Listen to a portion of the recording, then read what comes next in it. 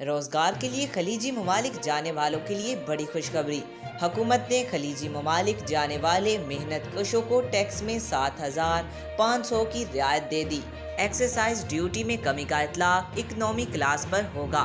FBR हुकाम ने बताया कि खलीजी मुल्कों में मजदूरों को टैक्स में रिलीफ दिया गया है। हुकूमत ने रोजगार के सिलसिले में गल्फ जाने वालों को टैक्स में 7,500 की बड़ी रियायत दे दी है। खलीजी ममालिक जाने वाले मेहनत कशों की फिजाई टिकट पर एक्साइज ड्यूटी 5,000 रुपये कर दी गई है। मेहनत कशों की फिजाई टिकट पर टैक्स 12,500 रुपये से कम कर 5,000 रुपये किया गया है। मजदूरों को रियायत सिर्फ इकोनॉमी क्लास के टिकट पर होगी।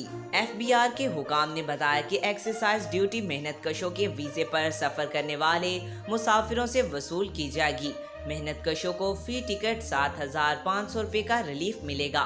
टैक्सीज पासपोर्ट पर immigration and overseas employment bureau की तस्दीकशुदा लेबर वीजे पर लिया जाएगा। आज तक के लिए इतना ही। मजीद ऐसी मालूमाती वीडियो देखने के लिए हमारे चैनल को सब्सक्राइब करें।